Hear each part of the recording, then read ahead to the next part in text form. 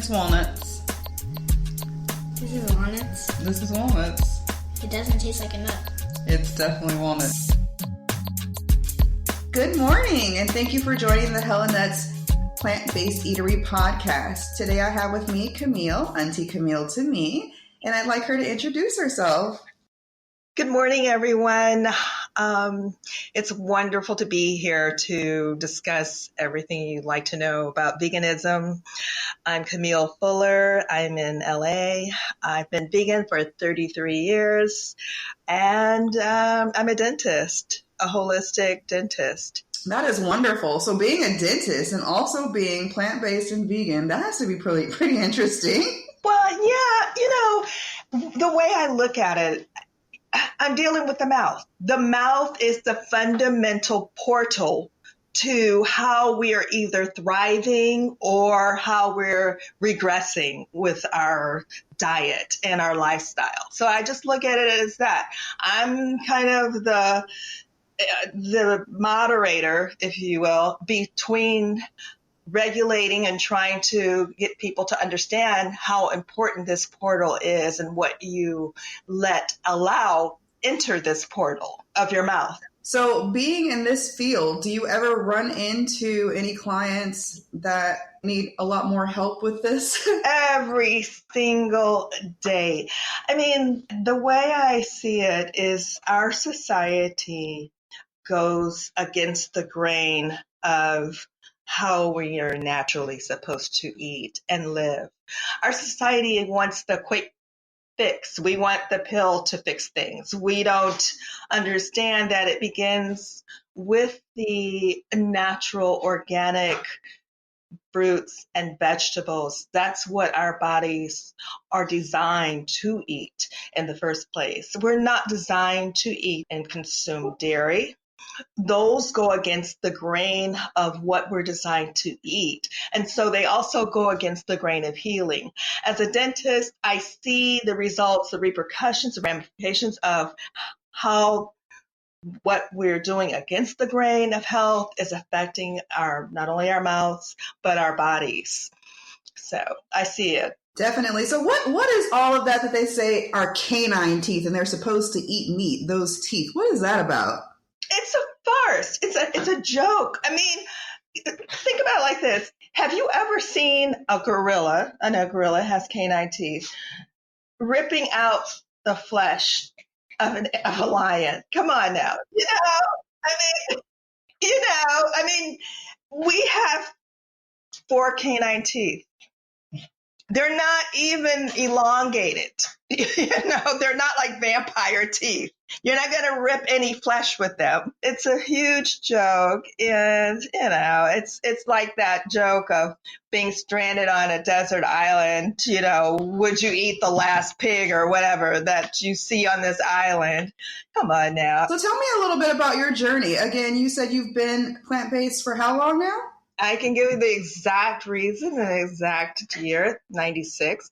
I was actually going through something personally. It was a physical challenge, and the medical doctors that I consulted with at the time, they couldn't figure it out. They were like, oh, you're sluggish. You don't have energy. Oh, yeah. You got chronic fatigue. So they were just throwing this term around that I couldn't understand. Because I'm like, chronic fatigue, well, what is that and how do you treat it, So they were not giving me any definitive answers.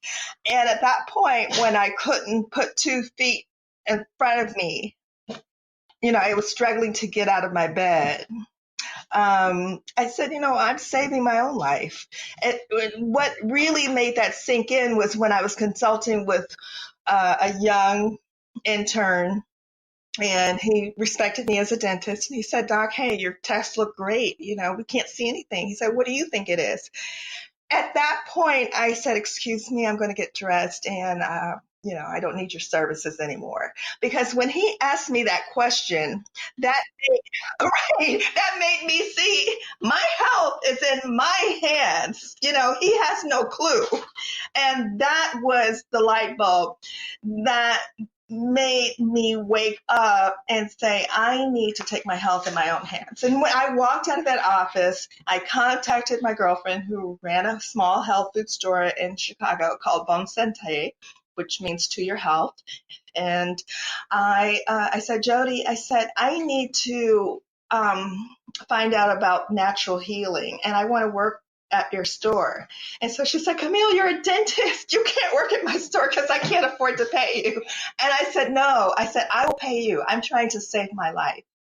And so at that point, she understood. I said, we are not given not one medical prevention, health prevention course or training in dental school, nor nutritional course or training and dental school. And this also applies to medical school. So my medical friends had no clue either when I consulted with them. They just like this doctor, well, we don't know, when it turns into cancer or something, they can tell you, oh yeah, you got to go, to an oncologist. And then they can tell you all this stuff. But, I was going to stop the train in its track right there. I wasn't going to let it derail to that point. So I told my friend Jody, I said, I need to work at your store. And she finally allowed me to come in and work on the weekends.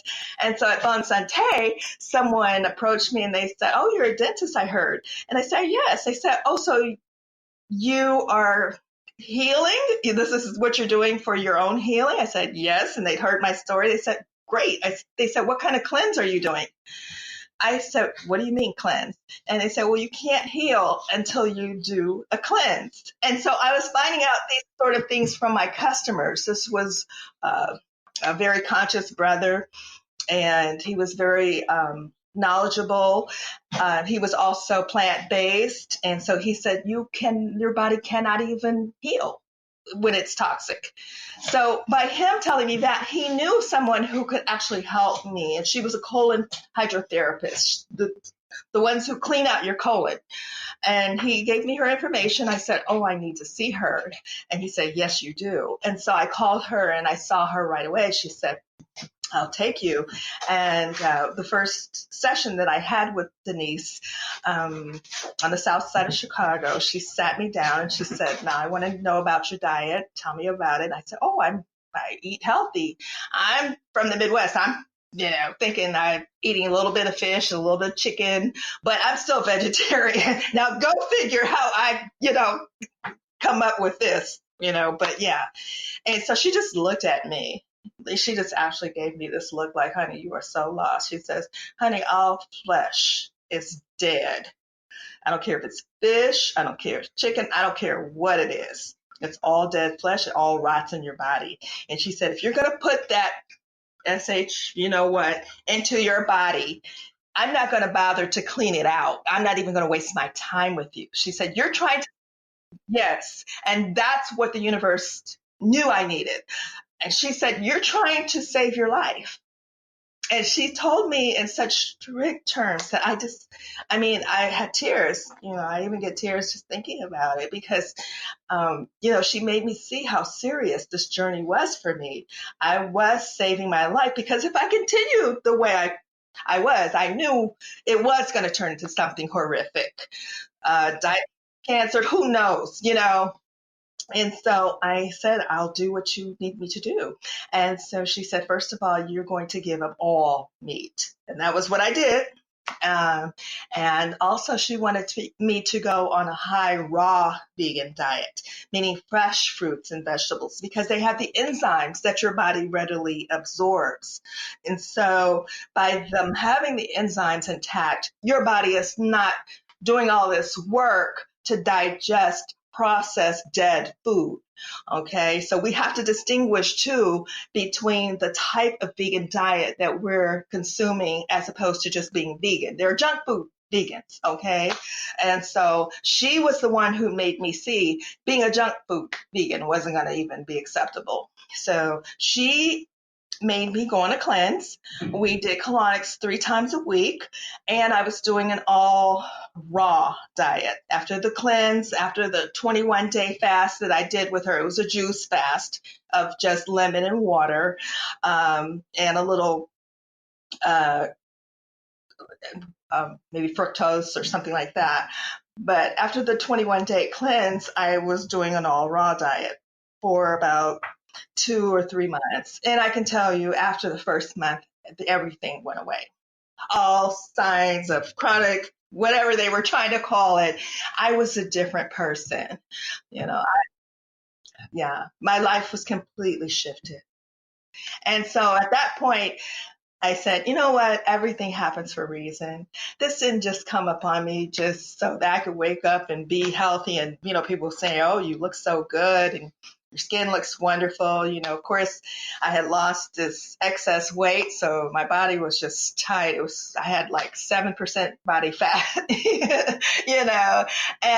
that doesn't happen, for people in my age group. And so people were like, wow.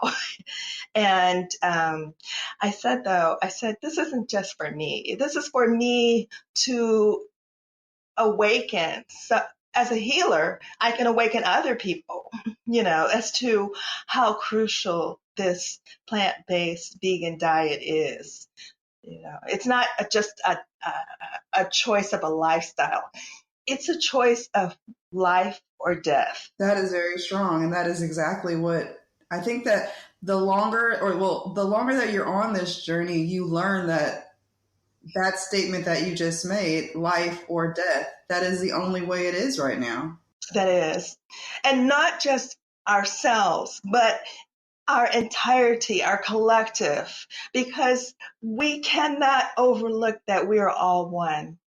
And if we try to overlook it, that's when we all fall. We all will be destroyed because our planet now is suffering because we can't see our oneness. And so we're destroying 3/4 of the world's, the Earth's resources to consume meat and dairy. Now, this makes no sense. It's not sustainable. Not only that, it's caused this huge dramatic effect on the planet's climate. This is the crux of climate change. This is why climate change has accelerated so rapidly that we don't even know how this Earth is going to make it past 2020. Scientists can't tell us. 2020, they're saying. We don't really know because it's accelerated so much. And that is frightening. But that also makes you see that we cannot afford to sleep on this. It is that crucial that we wake up and that we wake up now. That is the truth. That is the truth. I love this. I love that we are all on this journey together. And Nisi, I'm so proud of you because I know I was in the Oakland, the Bay Area. I have relatives there. They're all, big meat consumers. They're, Camille, you talk all that vegan stuff, but, we're going to eat our meat, It's because that's what they've been exposed to. That's what we all grew up with, My parents were from Texas. They grew up on farms. However, it wasn't this horrific, massive, just greedy slaughter of animals endlessly, day in, day out. It was every now and then, there would be a chicken, that they would take and have for a meal. Every now and then a cow, a pig, every now and then. It wasn't like it is. And in this day, and it wasn't done in, I want to say, a spirit of greed, a spirit of lack of compassion for the animals. I mean, of course, anytime you're slaughtering an animal for a meal, it's going to, to me, it's taking a life, and I wish my parents and everything, they understood that. But still, I mean, as a Native American, I'm of Cherokee heritage, we had respect for the balance of life. We didn't take more than what was necessary. Definitely. And I think that we're over greedy as Americans.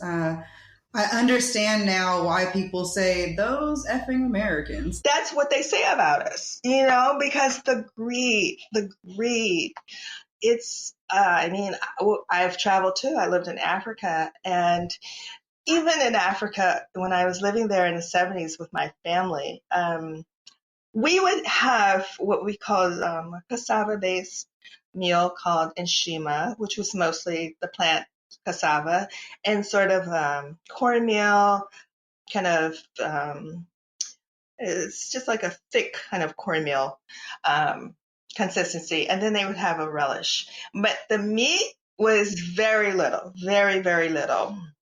And so we would take it and we would dip it in the relish, and maybe you would have a tiny taste of meat, but not, it wasn't this big fat steak. No, none of this. I came from a meat eating family. My friends laugh right now because I have prided myself on being the largest carnivore ever. Like, I love meat. And it's so interesting because I was so adamant. Like, one of my girlfriends used to come to restaurants with her little pre-packed meal, and I would laugh at her. I was like, what is that and why do you have it? And now I am completely like 360. Like, you go through certain stages, but we all, like I like to say, we all evolve, and that's a good thing. It's a positive thing. It's okay that you're able to say that, yes, I was once there, so you can be there too. I mean, that's what I'm saying. I don't try to present myself as holier than thou. I'm just somebody who woke up. That's it. And so I have a lot of people who do follow me on Instagram. Camille Vegan. I'm, an advocate not only for veganism, but for animal rights. Because the way, like I said, we're treating the animals is horrific. Animal agriculture is destroying the planet, the rainforest. Thousands and thousands of species are disappearing. Wildlife, 60% of it is gone now. And that's within the last 40 years.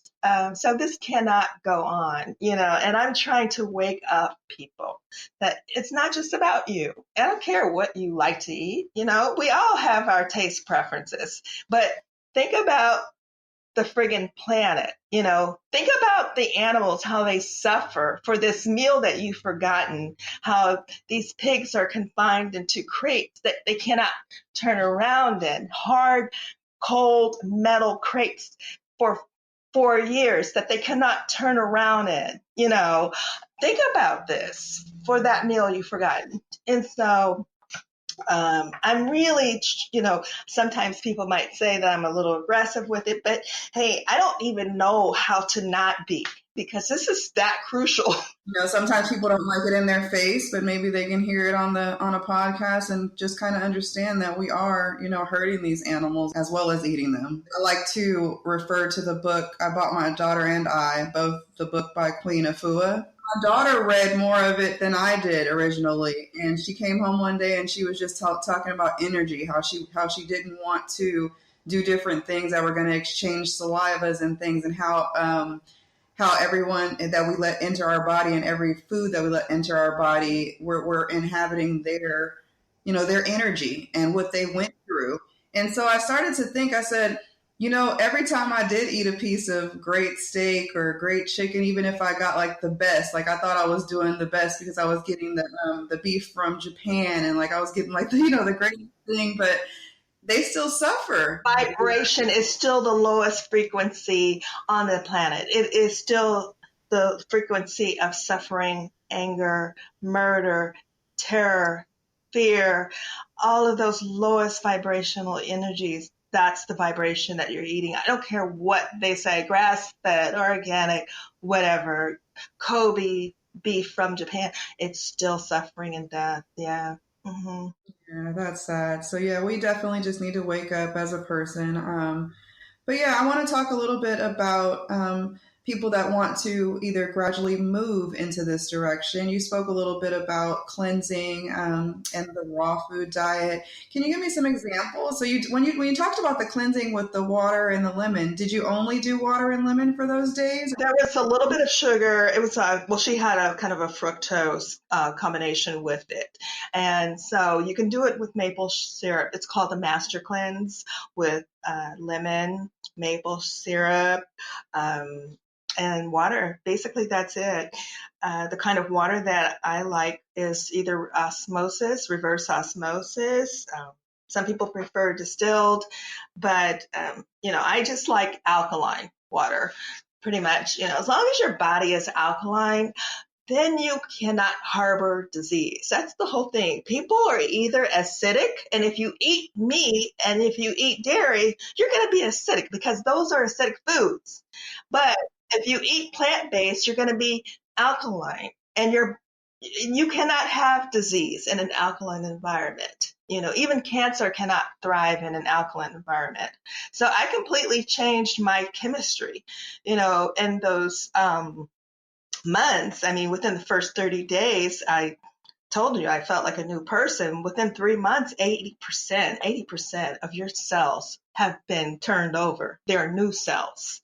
And that's quite a difference. That's why people were responding and saying, hey, you look different.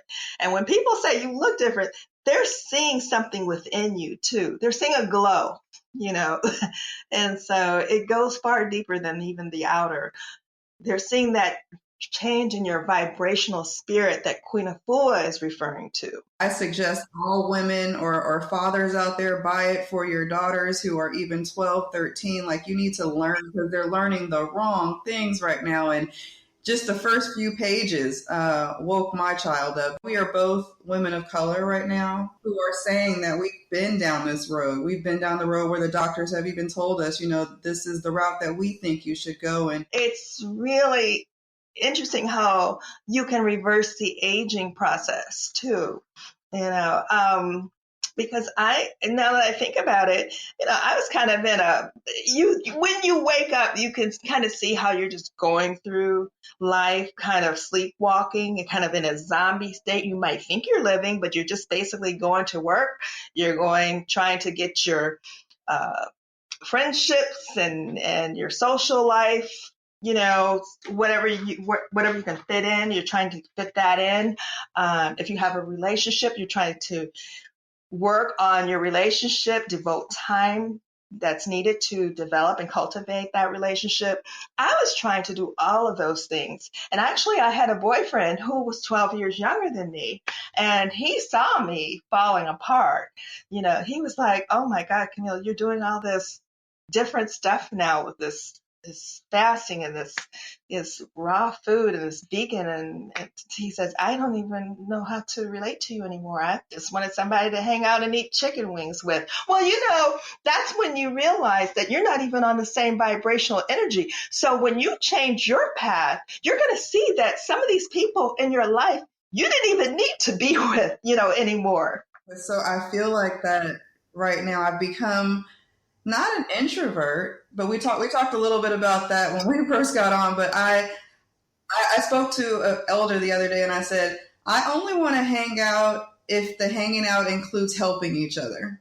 I actually was trying to fit into a social network of people. Let me just say that. I was trying to be the socialite. Okay. I was Camille, and I was a doctor. I was a dentist. I was in Chicago, downtown in the Loop. I was wearing my Tanuki fur. I was invited to all of the prime events, on the social scene with all the doctors and politicians and celebrities who came through town. All of that, And so I was trying to fit into something. I didn't even know what it was, but I thought I needed to be in that circle. Waking up, what occurred is that it's about vibration. It's not about titles, not about celebrity. It's not about, I don't care how much money you have. I don't care about any of that now. It's about what vibration you're on. And so my circle of friends, I don't know how much money they have or don't have, and I don't care. And even with myself, I'm comfortable, but I don't have to be rich, because I have a rich lifestyle now. I do my yoga, I do my meditation every day. The things that I'm doing with my life now are so much more fulfilling than trying to go out and impress people that I don't even like, which was what I was trying to do before I got on this path. You really see the reality. This is the thing that really was a gift to me about embarking and being on this journey, is that you really see what means the most in your life. You don't even care about the BS anymore and the BS people. You don't care about it, so that is in itself liberating. And I can tell you that's the most fulfilling part of my journey. I enjoy my meditation. I enjoy my cup of tea, and breathing, being in the elements here in California, just sitting with the palm trees, with my dogs, taking walks in nature on the beach. These are things that I find far more rewarding than going around people that could care less about me.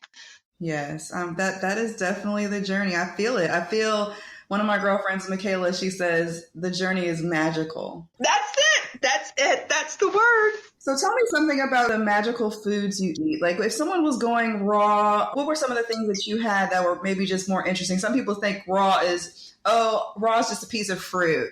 Well, actually, I had the fortune of going to Hawaii on a raw retreat.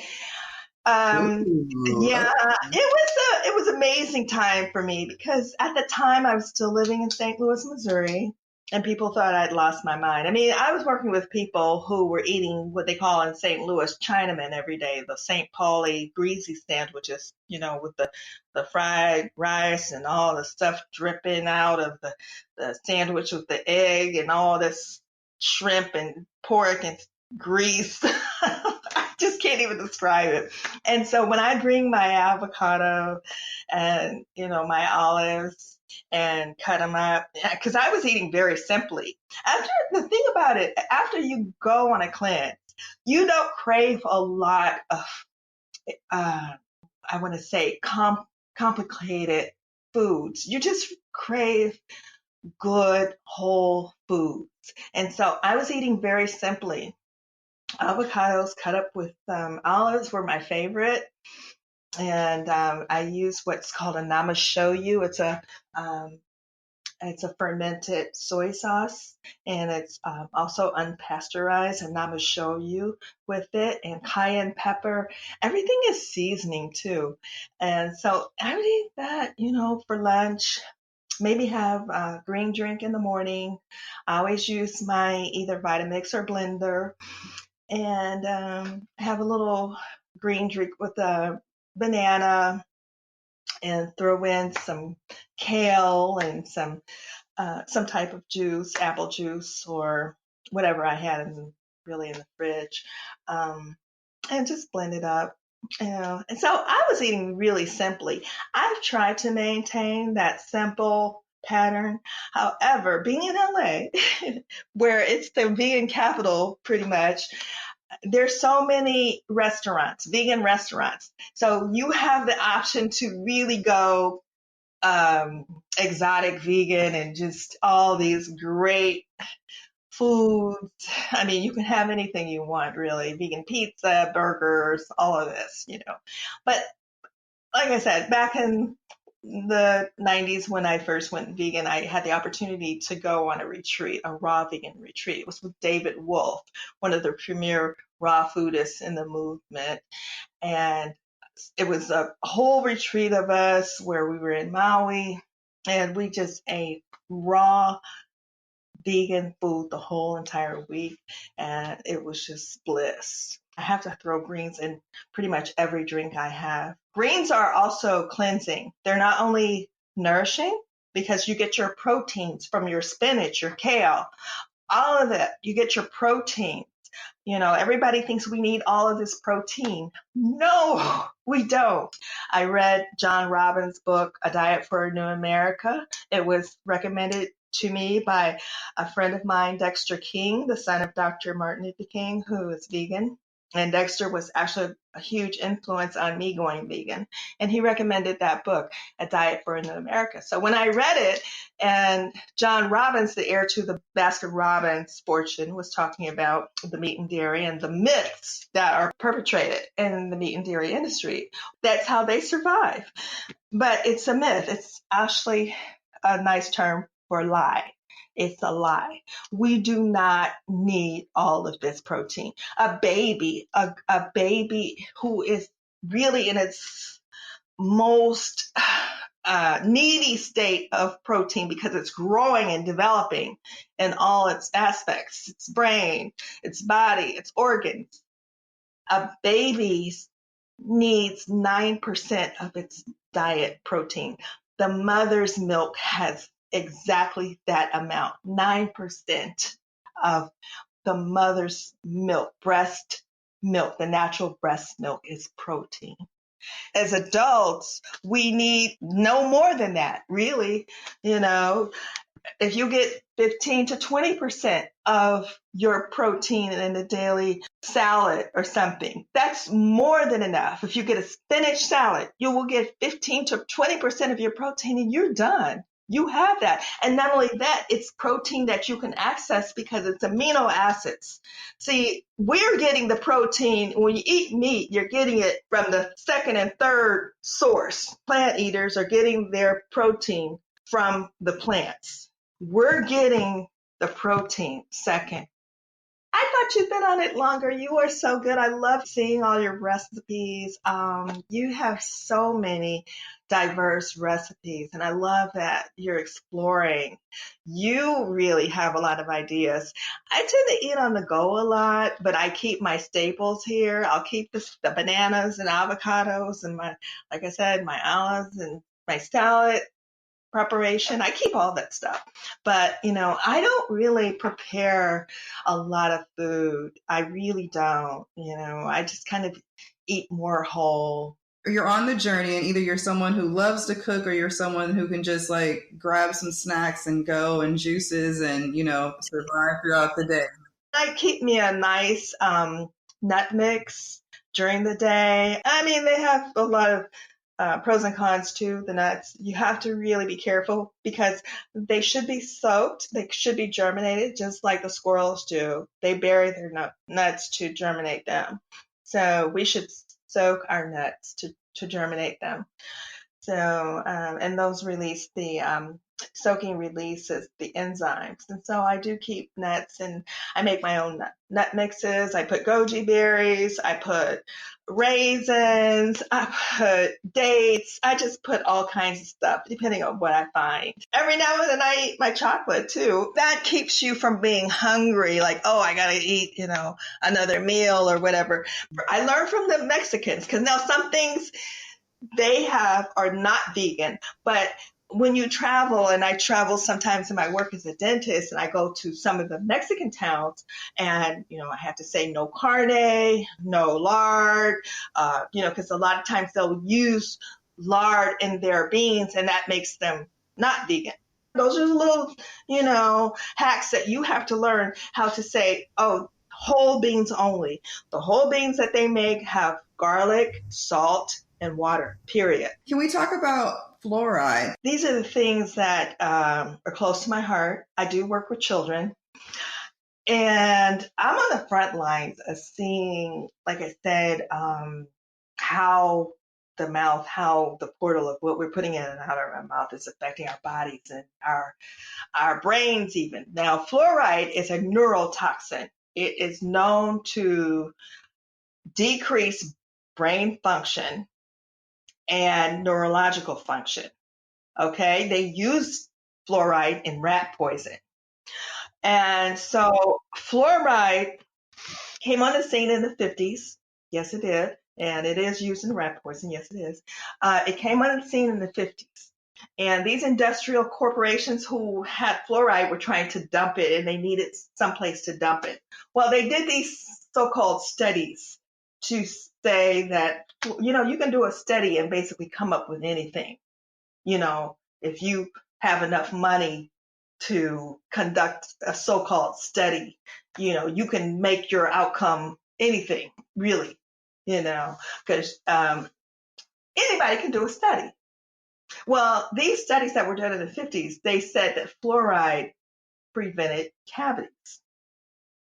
And so the corporations started dumping the fluoride in the water system because the government went along with it and started saying, okay, we're allowing the fluoride to be dumped into our water system because it prevents cavity.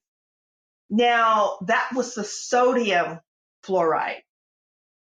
However, sodium fluoride is not organic, it's not digestible, and it's a neurotoxin.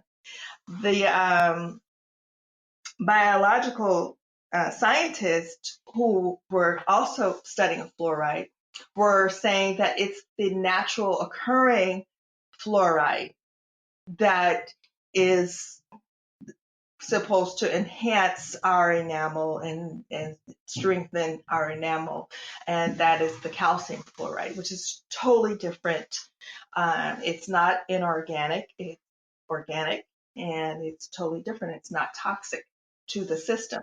But that calcium fluoride is too expensive to make, and the industrial, like I said, the industrial corporations did not want to use it, or they were not trying to get rid of calcium fluoride. It was sodium fluoride. So that's when they started saying that sodium fluoride was just as good, and the government bought into it.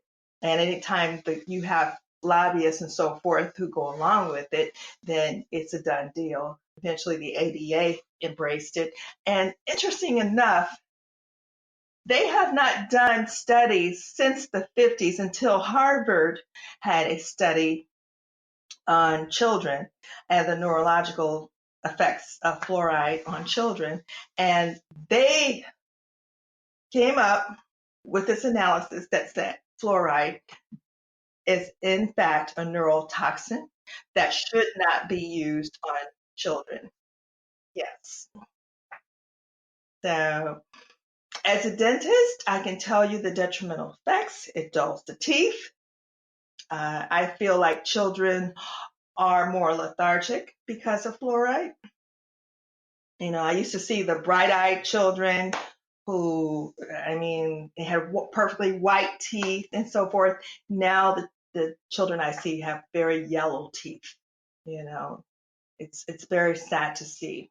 Yeah, I bet you see a lot. I know as an educator, I see a lot. So I know as a dentist, you see even more. I've seen kids come to school with the hot Cheetos or the now laters or, the sodas for breakfast and then eat the whole bag. And then I know as an adult, I can feel that in my teeth and I would need to brush my teeth right after. So it's affecting the teeth and the jaw formation.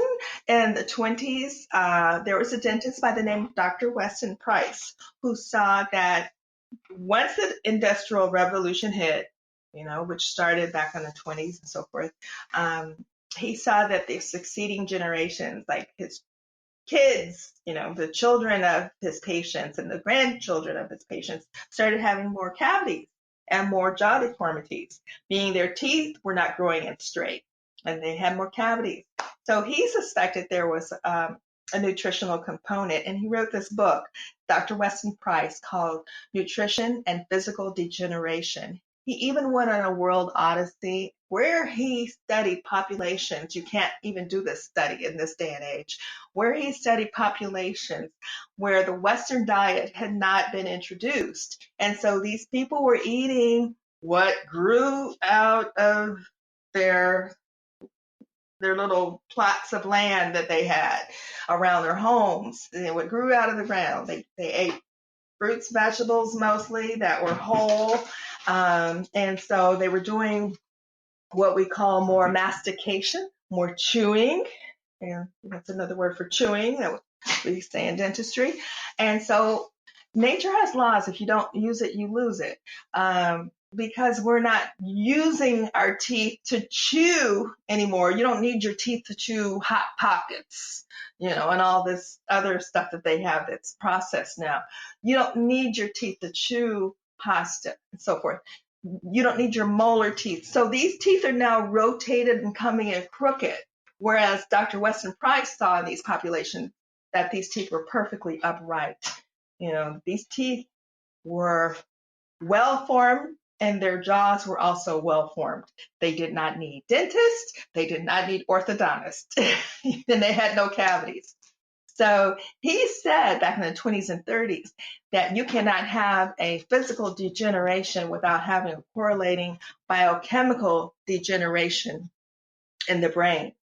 And he said because we're seeing these deformities in the teeth and the jaw, we're also going to see more of a degeneration in the brain. And over the coming years, he said this in the 20s, 30s, he said we're going to see a severe moral decline in our society as the biochemical effects get worse. So this is where we are. It's definitely a nutritional component to how people are changing their behavior and degenerating in their thinking and their behavioral actions. There is a nutritional, biological component there. And so you were talking about the children. Then I was a dentist with the school programs. I would go into the schools and treat children. We had a mobile dental program, and we would take a van to the inner city schools. Well, the nurses even confirmed what I'm just saying. They said, whereas maybe even just 20 years ago, they didn't even have kids who were taking the ADHD medications. Well, now there are as many as 60% of children who are on some type of behavioral medication. Yes. This is out of control. It's out of control. And then the other aspect of it is when the families can no longer afford the medication and run out, you deal with the withdrawal effect. And no one is really thinking about that part. And then when the child misbehaves in class, the first thing to do is kick them out. So it's like a whole cycle. And it's very sad to see that it all stems from, it's all from one root. I try to get the parents to understand it. I think we discussed briefly, Nisi, that I was telling you about a 2-year-old child I had, and the parents came. I think they were Chinese. They probably had just come to the country recently, didn't speak much English.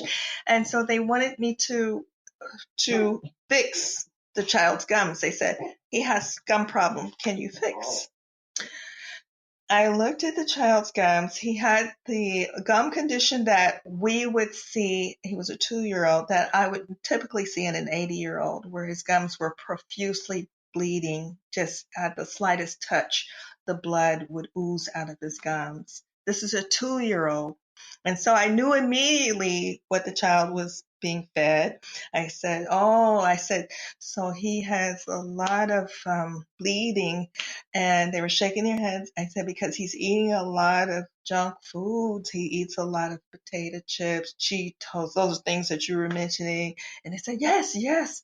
And they were shaking their heads like, oh yeah, he really likes those things. They, like it was almost like a good thing. And I said, cookies. Oh, yeah. Cookies. And I said, what about fruits and vegetables? And they looked at me with a blank stare. No. He drinks milk. And milk has pus, of course, and all this. And I just, I shook my head. I just said, oh my God. They said, can you give him medicine?